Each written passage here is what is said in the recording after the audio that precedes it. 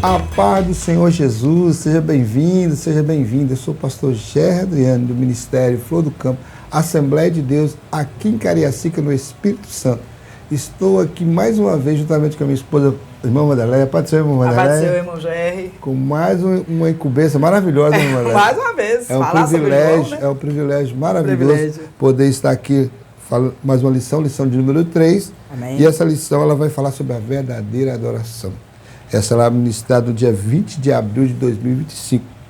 Ela traz o textuário que diz que Deus é Espírito. Importa que os que o adorem em Espírito e em verdade. Aleluia. João capítulo 4, verso 24. Eita, glória de Deus. A verdade prática diz que adorar significa viver em total rendição a Deus, entregando-nos plenamente a Ele.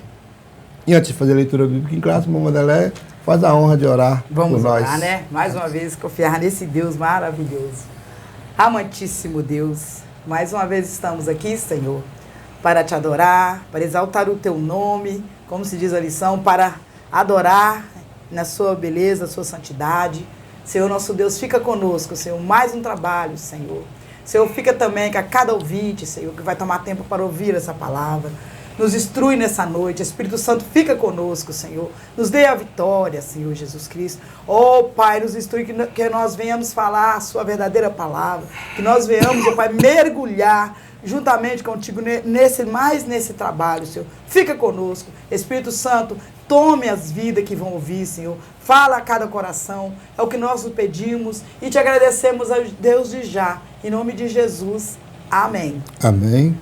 Leitura bíblica em classe, ela se encontra em João capítulo 4, a partir do verso 5 até o 7, versos 9, 10 e 19 até o 24.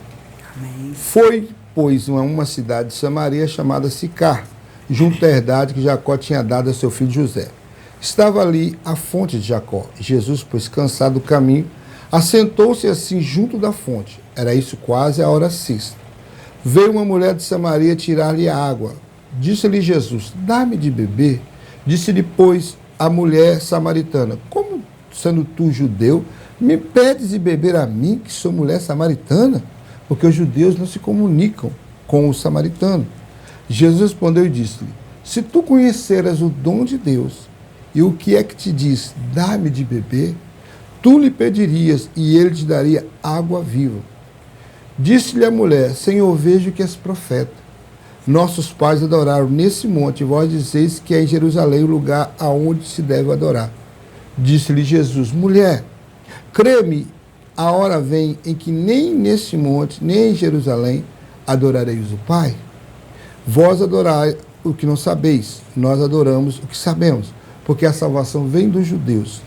Mas a hora vem, e agora é, em que os verdadeiros adoradores adorarão o Pai em espírito e em verdade. Porque o Pai procura a tais que assim o adorem. Deus é Espírito, e é importante os que adoram, o adorem em Espírito e em verdade. A nossa lição ela traz 3 objetivos. O primeiro objetivo é esclarecer aos alunos o diálogo de Jesus com a mulher samaritana. O segundo objetivo é fazer com que os alunos compreendam a verdadeira adoração é um ato de rendição total a Deus. E o terceiro objetivo é integrar os princípios da adoração bíblica à vida de serviço e entrega a Deus. Nós vamos fazer logo o comentário, né? Vamos partir para o comentário na nossa introdução. E a palavra-chave hoje da nossa leitura é adoração. Adoração. O ser humano, ele sente uma necessidade intrínseca de Deus. Com a leitura da passagem de João 4, essa carência espiritual torna-se evidente. Nesse contexto, também se revela a importância de uma autêntica adoração que surge de uma experiência profunda com Jesus Cristo. Por esse motivo, a adoração cristã é o tema central dessa lição. A partir do diálogo entre Jesus e a mulher samaritana, podemos extrair ensinamentos valiosos sobre a adoração. Nós voltando lá no livro de Gênesis, lá no livro das origens, nós vamos entender o seguinte, antes mesmo que o homem fosse formado no pó da terra, antes mesmo da criação de todas as coisas, o Senhor já havia gerado os anjos. Os anjos já adoravam o Senhor antes mesmo de toda a criação na terra, antes do homem surgir na terra. Foram feitos para adorar. Veio a rebelião de Lúcifer, né? A rebelião do querubim ungido. Sim. Houve então a separação dos anjos caídos e os anjos que continuam servindo ao Senhor. Agora, e esses continuam adorando o Senhor. Foi para isso que eles foram feitos. E o homem não foi diferente. O homem foi feito a coroa da criação de Deus. E como coroa da criação de Deus, ele veio com o objetivo também de adorar. Sim. A adoração está, como diz o comentário, intrínseca no ser humano. Só que no capítulo 3, a partir do capítulo 3 de Gênesis, vamos falar da queda humana, né, da queda da raça humana através do pecado. E aí o homem pecador, o homem que se afasta de Deus, agora ele não consegue mais adorar a Deus, mas ele vai adorar a deuses, ele vai adorar a espírito, a ídolos que ele vai gerar, que ele vai criar, para adorar, porque já está nele esse desejo de buscar a Deus, porque quando o homem peca, ele se desliga de Deus. E como desliga de Deus, ele passa a estar morto espiritualmente, como nós falamos da lição passada. Então, hoje nós vamos falar um pouco mais sobre adoração. Nós vamos entender que a adoração não é apenas você levar suas mãos do culto, não é apenas glorificar a Deus na hora de uma palavra, na hora de um louvor, ou você louvar, exaltar o nome do Senhor. A adoração ela vai muito além das quatro paredes da igreja, né? Então é isso que essa lição propõe nesse momento. Nós vamos falar um pouquinho, né? Porque é um tema muito profundo, e eu sempre falo, a adoração é algo mais para ser vivido do que ensinado, né? É algo mais, né, prático do que teórico, mas, todavia, nós temos que falar um pouquinho de uma forma conceitual do que é adoração. Primeiro tópico, não? O primeiro tópico, Jesus diz assim, o encontro em Samaria é duas pessoas lições. A necessidade de passar em Samaria. Em João capítulo 4, informa que era necessário passar por Samaria. O Senhor deixa a Judéia em direção à Galiléia, para tal teria de atravessar por Samaria. Apesar de evitar entrar nessa cidade, devido à tensão racional entre judeus e samaritanos, havia uma menção ainda mais urgente, o encontro com a mulher samaritana, em Sicar, junto à fonte de Jacó. Durante essa conversa, Jesus abordou o assunto sobre o local adequado para adorar a Deus, seria em Samaria ou em Jerusalém. Nesse diálogo, nosso Senhor ensinou duas importantes lições. Irmão Jé, nós sabemos que houve 3 reis, né? Os 3 reis que ali eles governavam toda... Como eu vou dizer? Todo Israel. Todo Israel. Teve, né? Primeiro foi Saul. Primeiro Saul, depois Davi e depois Salomão. Depois disso, quando veio o reinado de Reboão, né? Aí depois vai ser dividido, né? O reino do sul e o reino do norte. O reino do norte, ou do sul, se eu confundo isso, as duas tribos. Benjamim é do sul. É do sul. É o reino aí de Judá. Fica com Roboão, não é isso? Isso. E Jeroboão ou Robão? Jeroboão foi pro norte. Isso, que foi para as duas tribos. As 10 tribos. As 10 tribos. E fica ali o outro em Jerusalém, né? Com as duas, né? As duas tribos. Então, mas aí se divide a adoração, não é isso? O templo também já tinha sido já destruído, parece que já também não havia. Na verdade, o templo ele foi destruído, o templo de Salomão foi destruído primeiro, quando o Nabucodonosor invadiu Jerusalém. Sim. E o que acontece? E agora ali o reino de Jeroboão, eles começam ali a reunir, eles começam a adorar no monte Gerizim. E ali essa mulher faz essa seguinte pergunta para Jesus, né? Ela diz assim, o judeu diz que, se você vê no texto, os judeus diz que a adoração é Israel. Mas nós sabemos que não foi bem o judeu, mas o próprio Senhor, que fala que até no texto você vê o diálogo aqui, ele fala, a salvação vinha até então dos judeus, né? Mas aquela mulher, o que é interessante, que ela estava preocupada, né? Era uma pecadora, nós sabemos, não vamos entrar nesse mérito, nós sabemos que era uma pecadora, que ela pegava água, o texto diz, por volta do meio-dia, porque ela era uma mulher que era mal vista pela sociedade, né? E ali Jesus, ele diz, é necessário que passamos em Samaria. E se nós vermos o mapa, nós vamos ver que tinha um caminho muito mais longo, né? depois os irmãos verão no mapa, tinha um caminho muito mais longo que não precisava passar por Samaria. Por quê? O pessoal de Samaria era considerado um povo misto. Quando o povo é levado, né? As 10 tribos é levado. Na verdade, a história é contada assim. O povo do norte foi levado primeiro cativo, né? Por volta do ano 700 e pouco, não lembro a data específica. Sim. Antes de Cristo, eles foram levados pelo Império Assírio. Isso. Né? Por causa de seus muitos pecados, Deus permitiu que fosse invadido pelos assírios. E o Império Assírio tinha um costume, quando ele pegava, invadia um país, ele levava cativo o seu povo e trazia povos estrangeiros para habitar dentro do território, naquela região, na terra, para quê? Para evitar uma rebelião do povo. Então, enfraquecendo o povo, colocando pessoas estrangeiras no norte. E o Reino do Sul já foi levado cativo já um século depois, volta 606 aproximadamente antes de Cristo, que Nabucodonosor invade Judá e leva cativo, né? Em 3 levas ele leva cativo o povo judeu, o povo do Sul. Então, só para esclarecer isso aí, né? E a necessidade. Agora, essa questão de passar em Samaria, como você acabou de explicar, era necessário porque é algo que eu creio que foi do coração do próprio Jesus. Então, como gostava. E o samaritano, para evitar esse povo, que segundo eles misturada, tipo, se fosse eles haviam uma puro, guerra, né? Então, uma guerra terrível. O que eles fazem?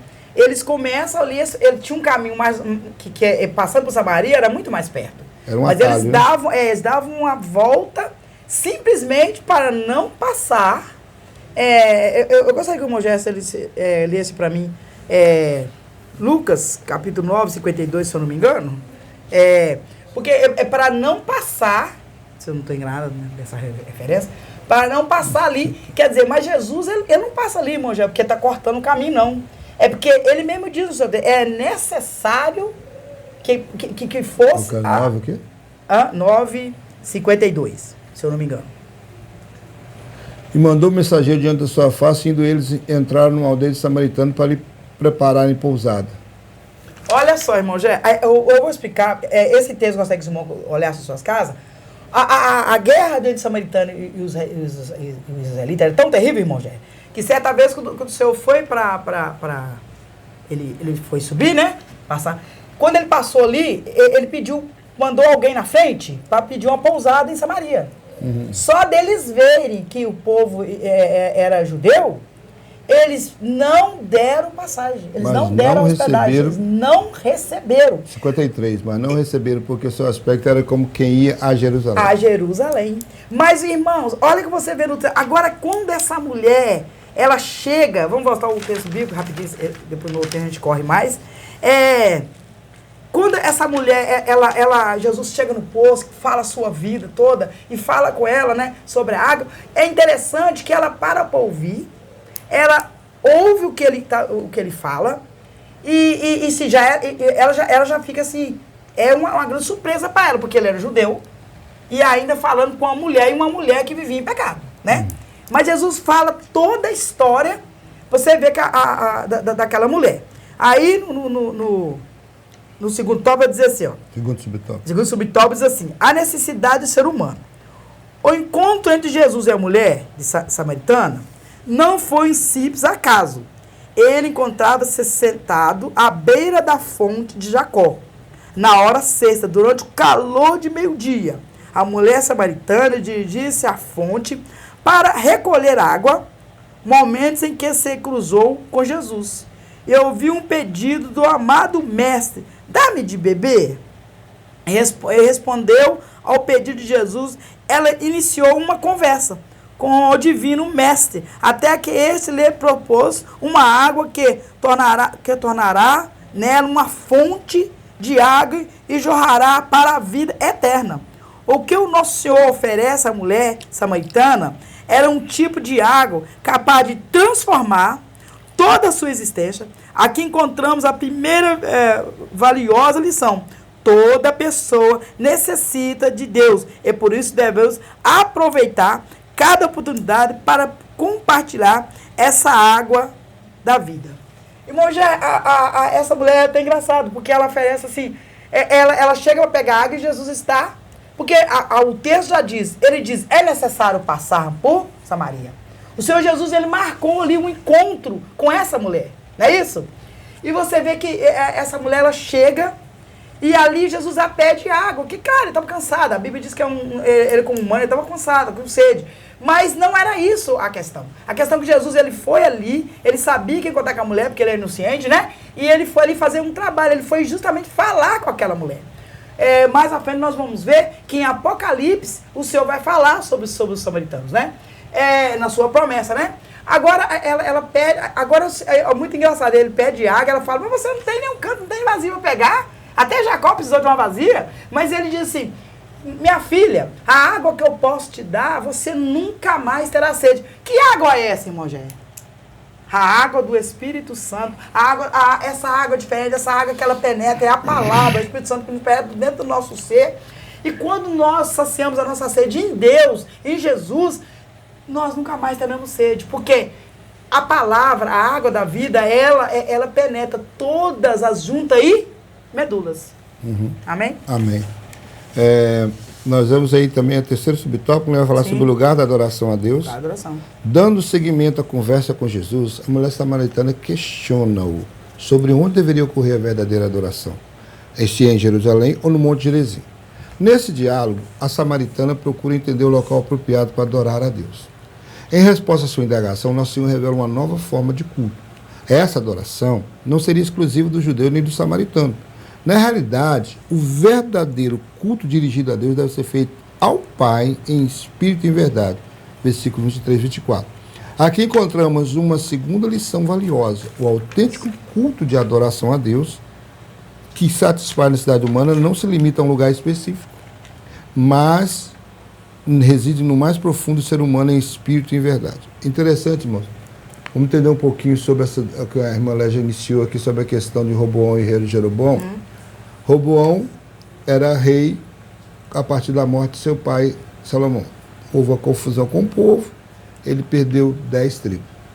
Deus já tinha separado Jeroboão para governar o reino do norte, porque já era um desejo de Deus, por causa dos muitos pecados de Salomão, dividir o reino em dois. Aí houve aquela cisão, aquela separação.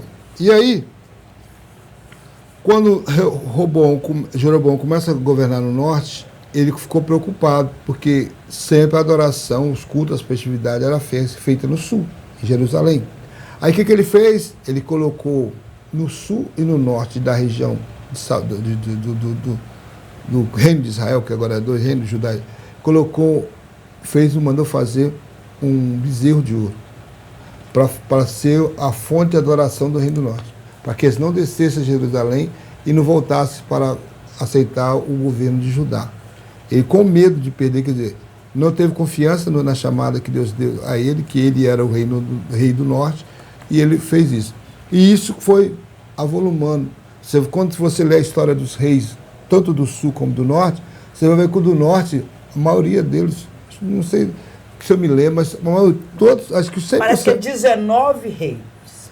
Todos só andaram no caminho do pecado. Tanto é que eu falei, a consequência disso foi o cativeiro pelo Império Assírio. Então aí foi que se formou esse povo samaritano, um povo misto, que veio, tanto os judeus que ficou na terra, como os estrangeiros que veio, se casaram e fizeram essa mistura.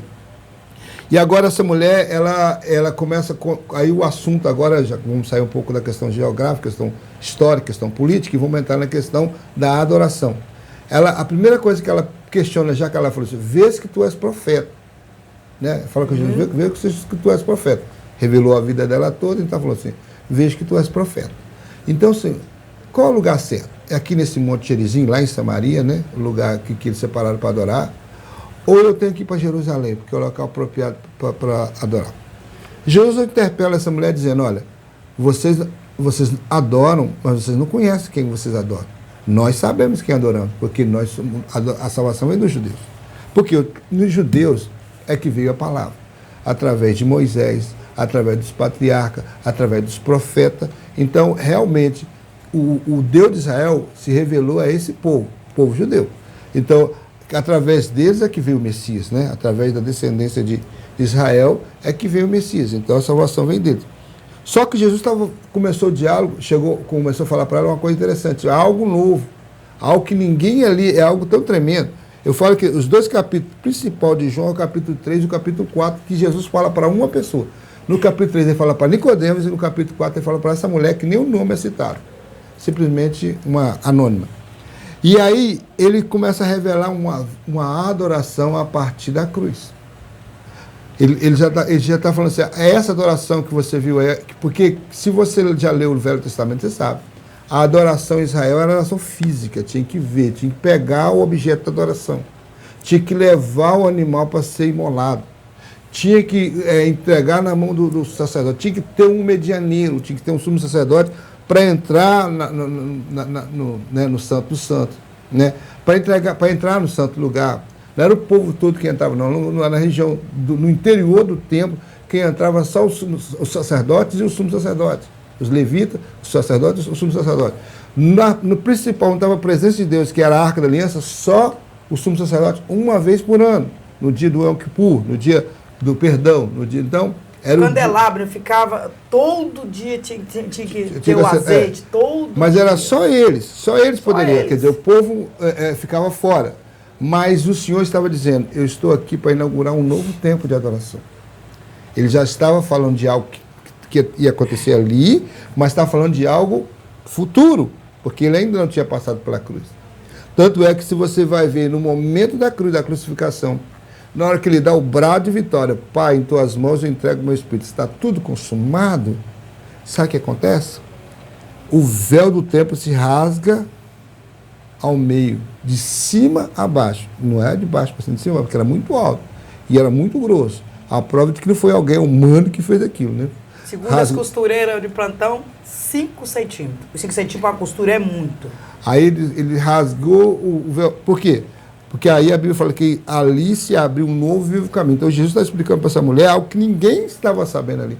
É uma novidade vinda do céu para aquela mulher.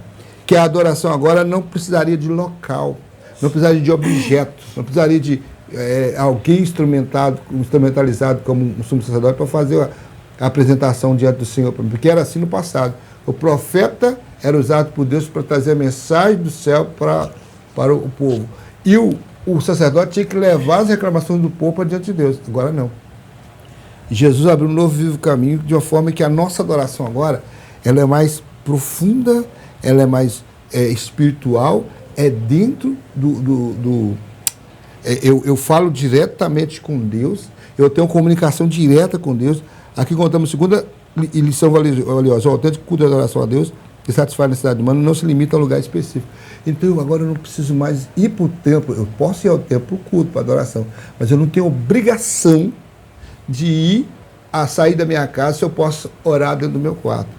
Se eu posso adorar, né? Qualquer hora, se eu quero levantar na madrugada, se eu quero orar ao meio-dia, se eu quero buscar o Senhor, a minha adoração já não é mais restrita a um local específico. Eu não sou obrigado a ter que ir a um local específico, porque até então eles tinham esse tal costume. Por isso que foi um questionamento que ela fez, que realmente era algo comum entre eles, porque eles tinham viajar para Jerusalém, para a festa da Páscoa, para a festa do Pentecoste, para a festa do Pãozasmo, as diversas festas do tabernáculo. Então, já era costume, sabiam que tinha que fazer isso. E aí, na época, antes dele ser levado a cativeiro, quando o profeta Jeremias estava pregando que eles deviam se entregar ao profeta, ao rei Nabucodonosor, porque o Senhor era enviado de Deus para corrigir o povo, eles recusavam. Por quê? Porque eles acreditavam só da presença do templo no meio deles, Jerusalém não poderia ser tomado. Eles gritavam, templo do Senhor, templo do Senhor.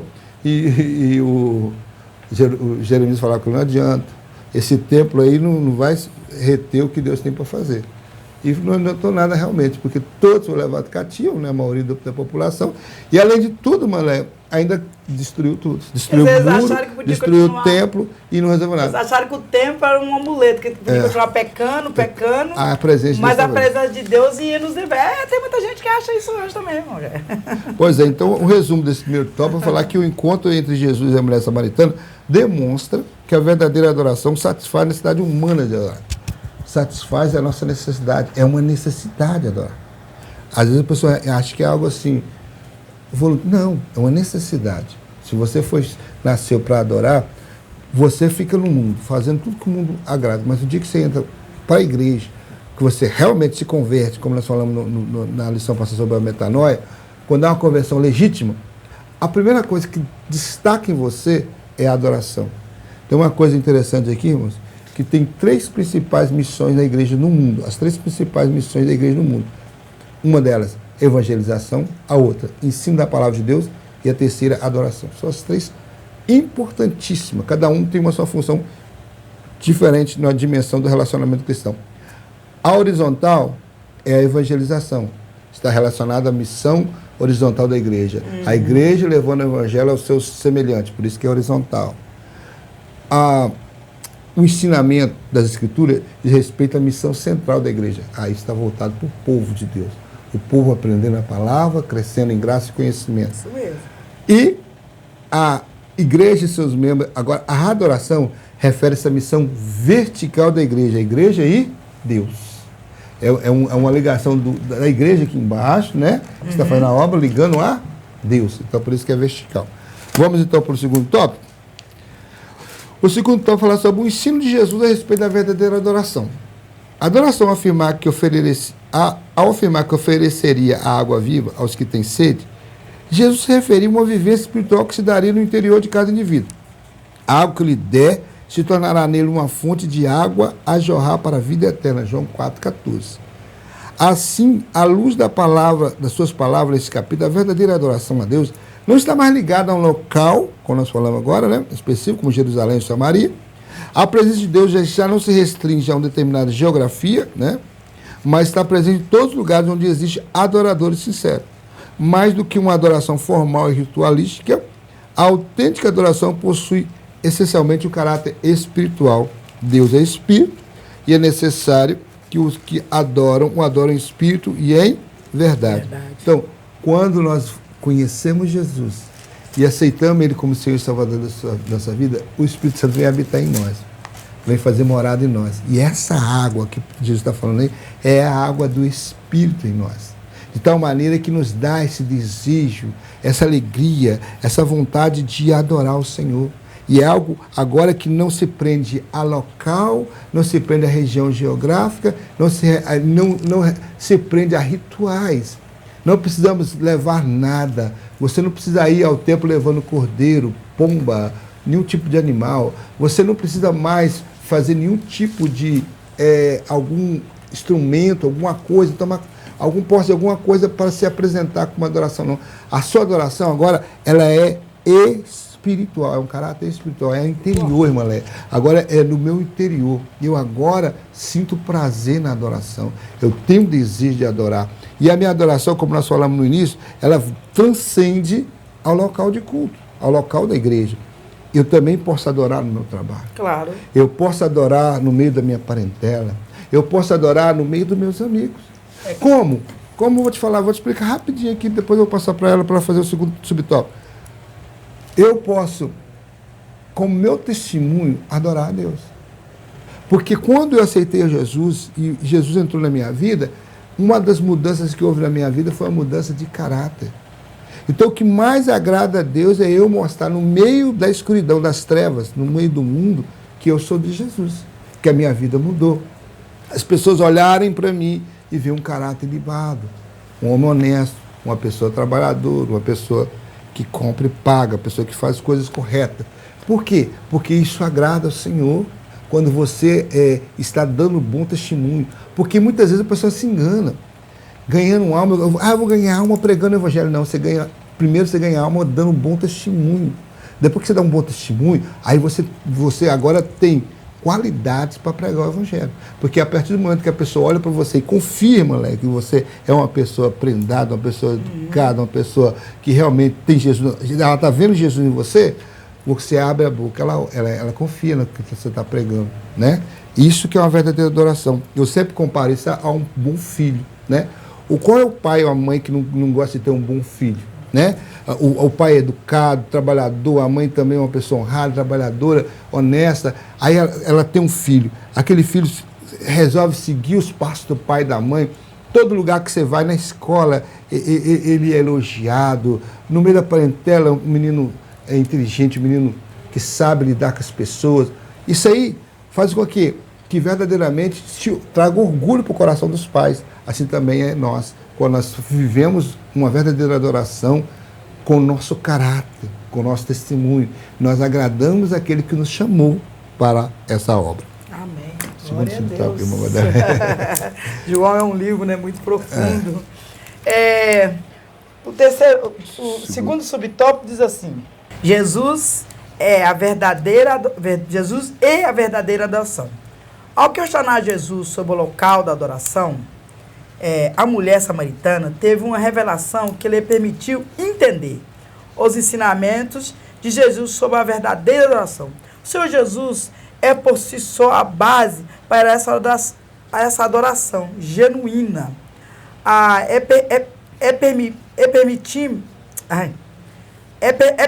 pertinente ilustrar essa verdade ao lembrarmos do Calvário, do sepulcro vazio, onde após a sua morte, a obra realizada se tornou a razão fundamental para a adoração de todos os cristãos.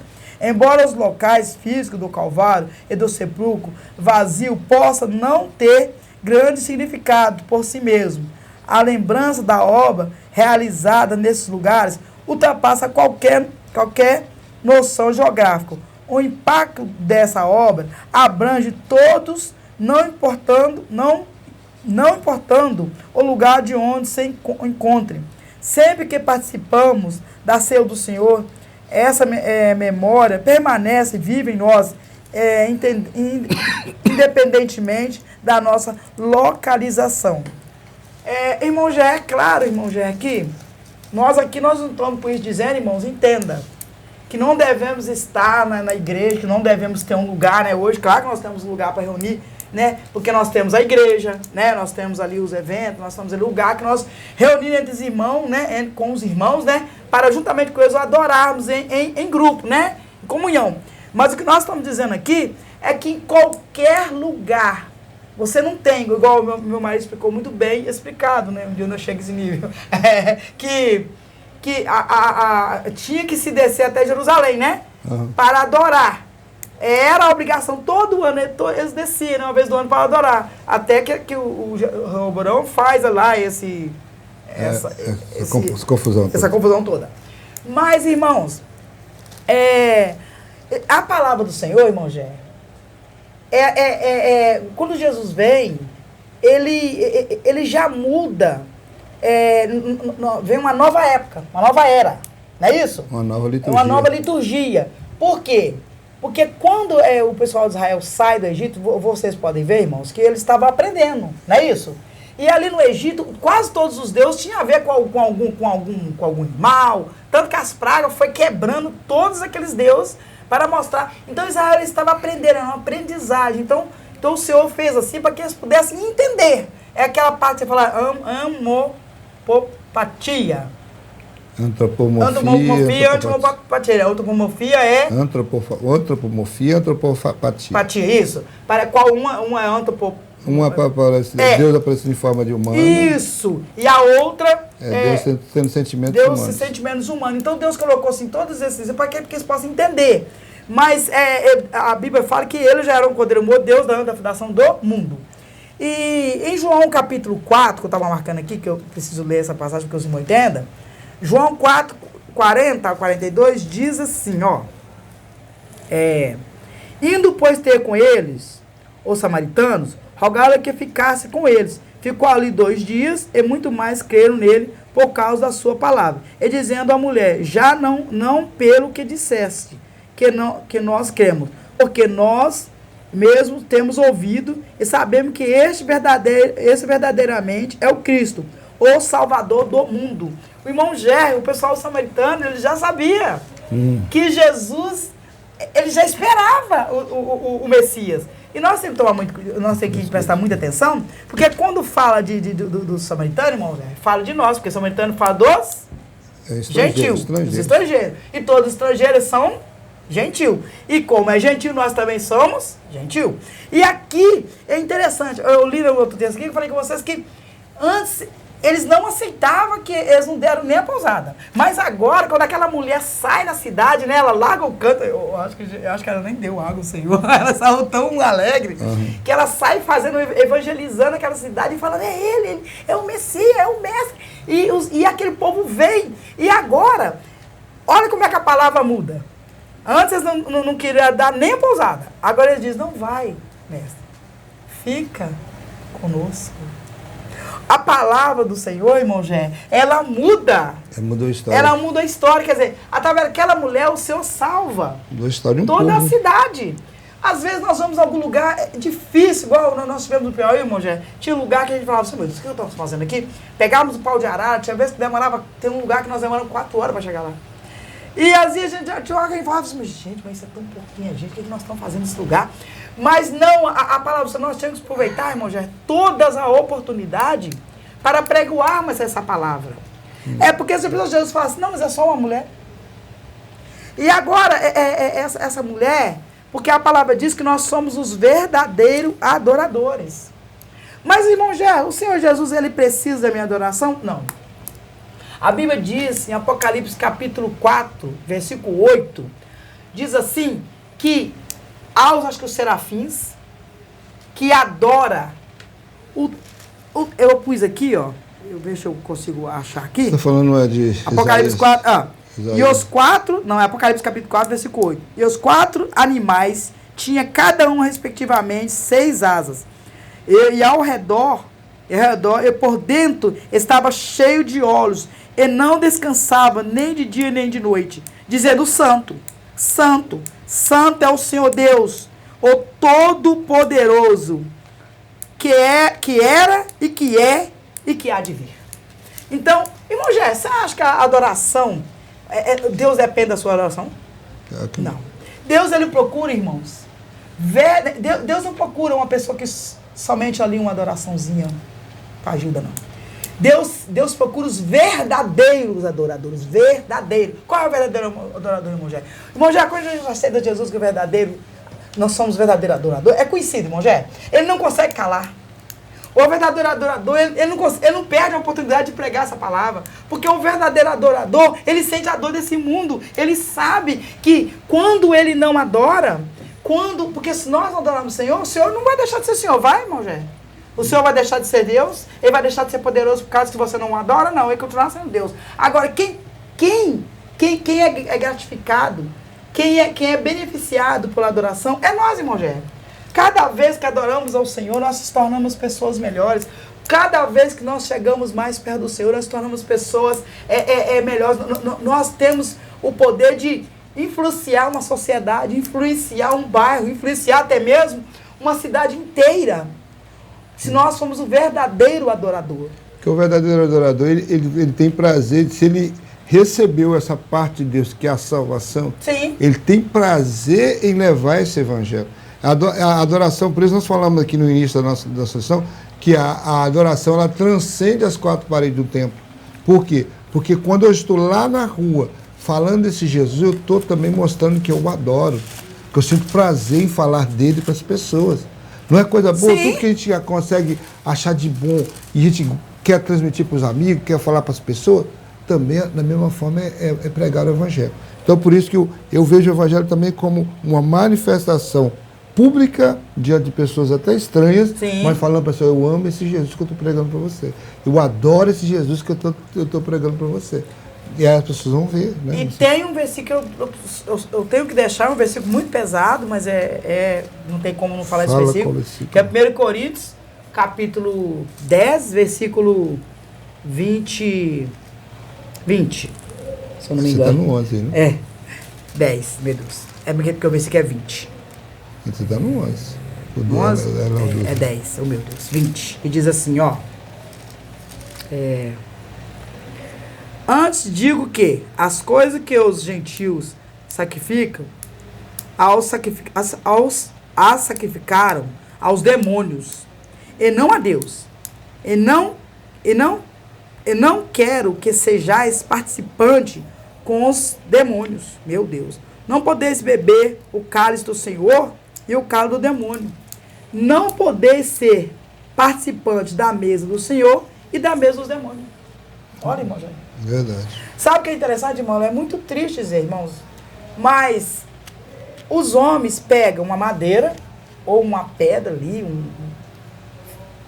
que eles têm que moldar, né? Que eles têm que construir, que eles têm que carregar. E ali eles se joelham e adoram diante daquela imagem. Quando não é imagem, que hoje em dia nem todos estão na imagem, pessoas que adoram filho, pessoas que adoram marido, pessoas que adoram cantores, pessoas que adoram até mesmo pregadores. Irmãos, a nossa adoração é exclusivamente a Deus, irmãos. Ele é o único a ser adorado. Agora, como que você vai adorar um Deus que você que tem que carregá-lo?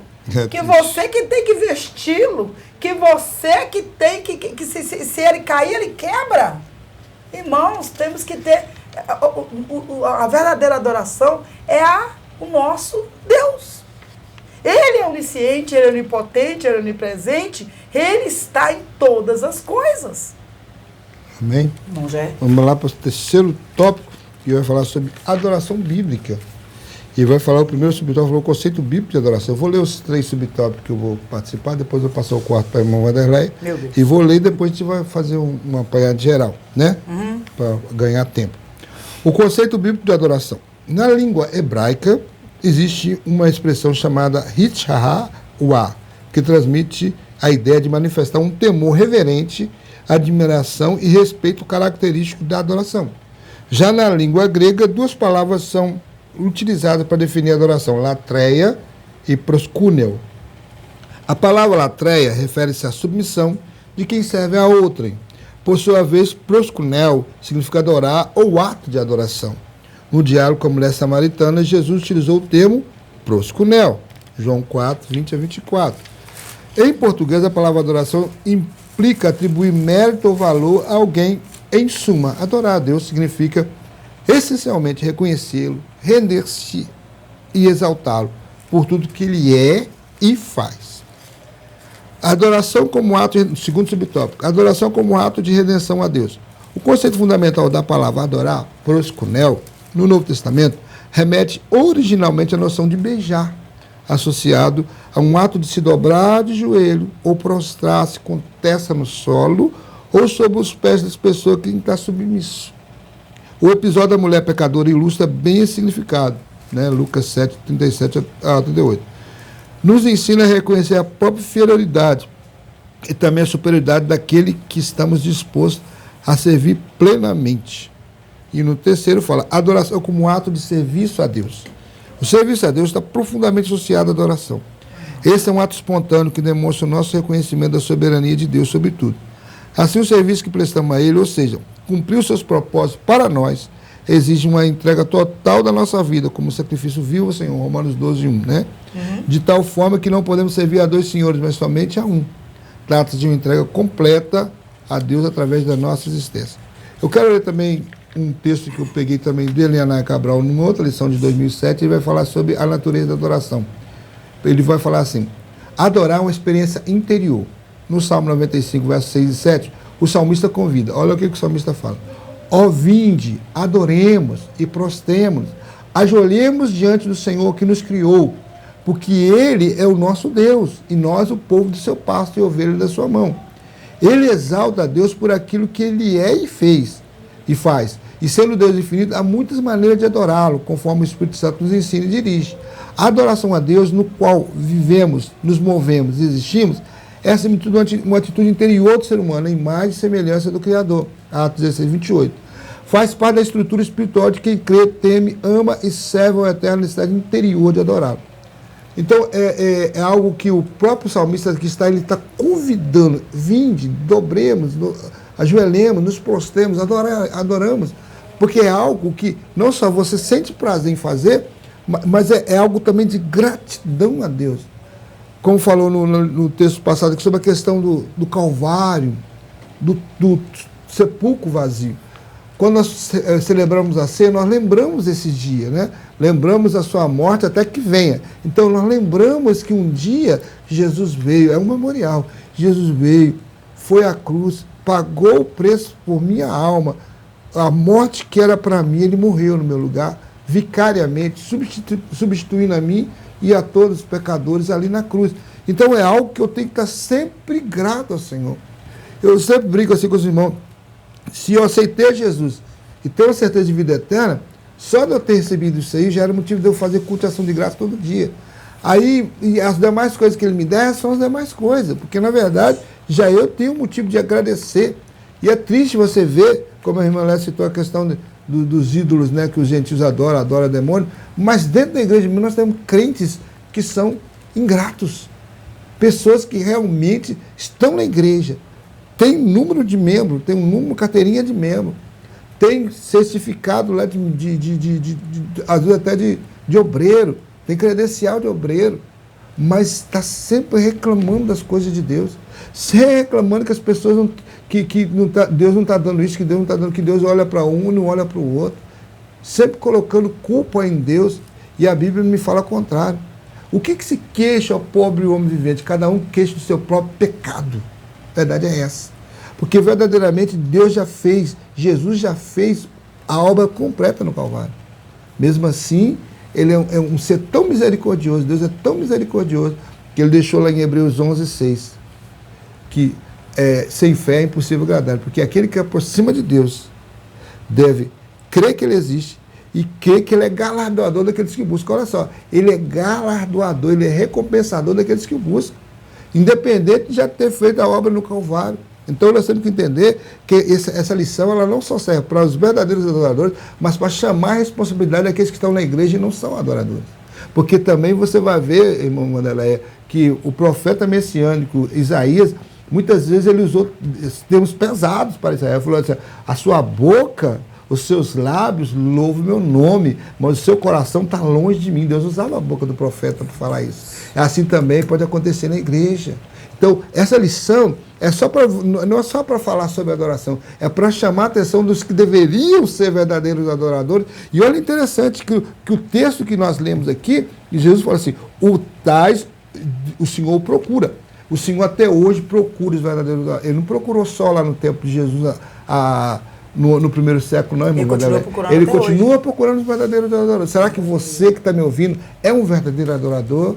Você está sendo grato, você tem espírito de gratidão, você levanta de manhã e agradece porque está vivo, você tem, quando você chega de noite, que você deita, que você cumpriu suas tarefas, trabalhou, teve saúde para trabalhar, cuidou da sua família, alimentou sua casa e pode deitar numa casa que é sua, você lembrou de agradecer esse Deus e adorá-lo pelos benefícios que ele tem feito com você? Então é isso que é interessante, nós sabemos, porque isso é uma verdadeira adoração. Essa semana, irmão Gé, você vê aí que o comércio está abarrotado ali de ovo, de chocolate. As famílias, a maioria não come carne, não é isso? Uhum. E ali fazendo igual em relação à Páscoa, né? Que nem é coisa gentil, até que é coisa até do... É porque, na verdade, não é a verdadeira Páscoa judaica. Né? Não é a verdadeira Páscoa judaica. Mas eu acho engraçado, eu morei no interior muitos anos, na cidade chamada Monlevade, e nessa época ali, todo mundo se resguardava e ali as pessoas ficavam ali esses 3 dias sem comer carne, só comendo somente, uns que nem ovo não comem, ficava ali, só aqueles dias eles se separavam. Mas quando passava esses dias, voltava toda a parte. Tem uma festa, inclusive, né? Passava aquela festa e voltava a fazer todas as práticas mundanas. Quer dizer, adora ao Senhor só por um período de tempo. O verdadeiro adorador adora o Senhor todas as horas, todos os minutos, o tempo todo. E aqui, como fala, como adoração como ato de rendição a Deus, fala da noção de beijar, né? Ele dá um exemplo daquela mulher pecadora, que a Bíblia não cita o nome dela, que ela chega até Jesus e ela chora nos pés de Jesus e com as suas lágrimas ela lava os pés de Jesus e enxuga os seus pés com o seu cabelo. E aí o anfitrião que servia a Jesus falou para ele assim: se esse aí fosse profeta, falou, né? Murmurou lá, ele saberia que essa mulher é pecadora. Ele falou: Simão, Eu cheguei na sua casa, você não me deu o ósculo, você não passou o óleo na minha cabeça, você não sabe. Essa mulher, desde que ela chegou aqui, ela não cessa de beijar os meus pés e de enxugar e de lavar com suas lágrimas e secar com seus cabelos. Quer dizer, porque muito. Ela estava. Porque muito pecou, mas muito é perdoado por causa do seu ato de adoração. Você vai ver o caso de Maria também, né? Irmã de Marta, de ela Lázaro, correu o risco que quebrou aquele alabastro, né? Aquele vaso de alabastro caríssimo e ungiu Jesus. Então, são atos, isso aí é o ato de se dobrar e beijar ou o chão ou o pé daquele que você é submisso. Esse é o ato de uma verdadeira oração. É claro que isso aqui... Mas não só esse ato ali simbólico, temos que nos dobrar verdadeiramente diante de Deus. Isso. Não somente com simbologia, porque tem pessoas, irmão Gé, que onde ele passa, qualquer igreja que ele vê, no interior mesmo, a gente vê muito isso, ele levanta o chapéu, ele abaixa o joelho, mas dali ele sai pecando, ele não está nem aí.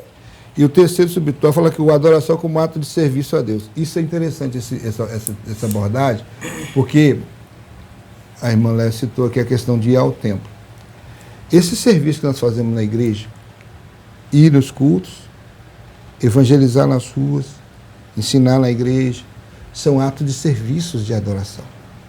É atos que eu tenho que fazer de uma forma prazerosa.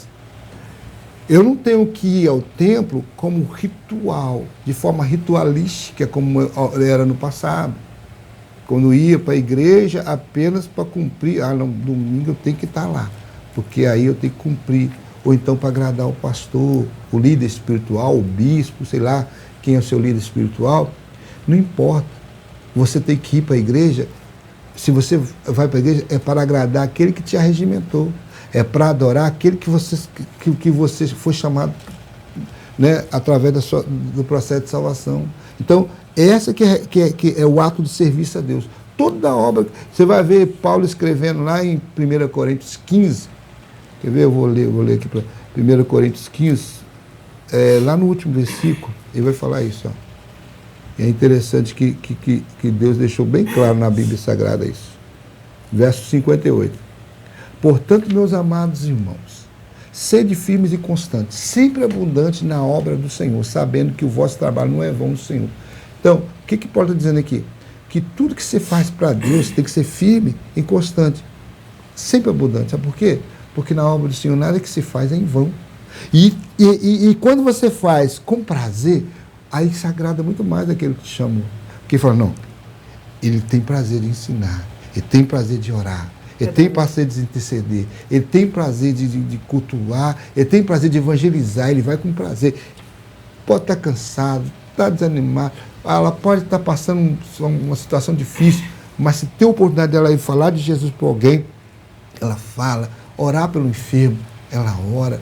Isso tudo faz parte do serviço da adoração.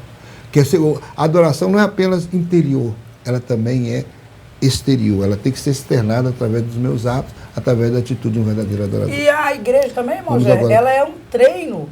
Por quê? Porque o pastor, o professor da escola bíblica, o que dá o estudo, ele está, como é que eu vou dizer? Ele está preparando o soldado para fazer a obra lá fora.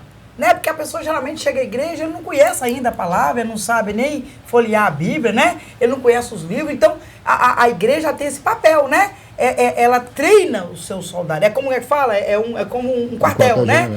Mas não é para você ficar ali toda a vida, mas você vai ficar ali um tempo aprendendo a palavra do Senhor, para depois você levar a outra, para você levar a outras pessoas, para você divulgar. Porque para que nós enchemos do Espírito Santo? Para nós mesmos? Não. Porque a palavra do Senhor diz que o próprio Senhor falou com eles. Senhor, um versículo, eu esqueci o versículo, que faz que ele não ia tirar ele do mundo. Mas que... É a oração sacerdotal do capítulo 17. Pai, não tires do mundo, mas livros do mal. Livrai do mal. Quer dizer, nós temos que estar no mundo, 17. Na sociedade, né? Fazendo o trabalho. Subtópico 4. Né, fecha aí a lição. A experiência... Você já foi embora. Meu Deus. Uma experiência interior de adoração. Sentimos uma necessidade profunda de adorar a Deus, conforme a lembrança Conforme lembrando no Salmo 42. A minha alma tem sede de Deus. O Deus vivo, quando entrarei, me apresentarei em face de Deus. Salmo 42, 2. A glória presente do Deus Todo-Poderoso satisfaz todas as carências da pessoa. Assim, a verdadeira adoração envolve uma postura interior que permite ao crente estabelecer um vínculo profundo com Jesus Cristo, reconhecendo-o como Senhor e Salvador das nossas vidas. Irmãos, não tem como não lembrarmos de Paulo e Silas na prisão. A palavra diz que Paulo foi preso, foi açoitado, né? Silas também. Silas, todos dois, né? Foi açoitado e jogado no cárcere. Mas aí eu imagino Silas falando, Paulo, o que nós vamos fazer agora? E aí Paulo falou assim, vamos adorar, meu filho. E a Bíblia diz que eles começam a adorar ali, amarrado ali naquelas correntes, eles começam a adorar a Deus, assim, meu filho, nós estamos aqui, mas a nossa adoração vai ser. Ele começa ali, cantar, louvar, e a palavra diz que, está em Atos capítulo 12, 23, não vou só falar, né? A palavra diz que depois, quando dá meia-noite, né? Aquela prisão, dá um grande terremoto e todos os presos, né? Solta, mas, irmão Jerry, o Espírito Santo já tinha tomado aquele lugar, e quando aquele soldado, né, aquele guarda que estava tomando conta ali, o carcereiro fica desesperado, que pensa assim, porque o que a pessoa faz quando está preso? Vai fugir, mas quando ele olha, estavam todos lá, e ali ele desespera assim, o que eu tenho que fazer? O que eu tenho que fazer para aceitar a esse Deus? E aí, né, Paulo diz... Crê no Senhor Jesus Cristo, Jesus será salvo tu e a tua casa. Então, irmãos, eles estavam num momento bom, não. Irmão Gé, do mesmo jeito, agora eu já tenho um exemplo, assim, um pouco de pessoas que eles servem aí como agente secreto. Por exemplo, eu dou exemplo, eu não sei se é um exemplo certo, mas eu dou exemplo de Ló. Ló, ele estava ali em Sodoma, não é isso? A Bíblia diz que aquele povo de Sodoma estava envolvido em tantos pecados, que Deus que a cidade foi destruída. Mas sabe qual é a direção nessa passagem, irmão? Você viu alguém sendo convencido pela família de De Ló para servir ao Senhor? Não vi. Então, nós temos que saber que o verdadeiro adorador, a adoração dele, ela, como que eu vou dizer? Ela atrai a outras pessoas, né? A adorar de forma bem externa, né? Isso. Conclusão. Externa a sua adoração. Neste estudo, focamos nos ensinamentos práticos de Jesus acerca de adoração. Em consequência, discutimos a doutrina da adoração adoração cristã em Cristo. No capítulo 4 do Evangelho de João, revela duas lições valiosas. A primeira é que todo ser humano possui uma necessidade de satisfazer a necessidade de Deus. A segunda é que Jesus é o verdadeiro adoração. A adoração surge como um movimento que se inicia no interior. Tudo isso resulta de uma experiência viva com Jesus Cristo. Amém? Amém. Amém? Amém. Então eu vou só ler aqui, tem que usar uma ligação. Vou ler aqui só para fechamento, irmãos, algo que está na conclusão do livro de apoio. William Temple, que foi arcebispo da Cantuária, a catedral em Londres no século XX, ele disse assim, falou certa vez, adoração, presta atenção na fala desse homem, a adoração é despertar a consciência com a santidade de Deus, é alimentar a mente com a verdade de Deus, é purificar a imaginação com a beleza de Deus, é abrir o coração para o amor de Deus, é devotar a vontade ao propósito de Deus. Na realidade, a adoração implica o estilo de vida de crente temente a Deus. Amém? Que Deus em Cristo nos abençoe. Amém. Em nome de Jesus.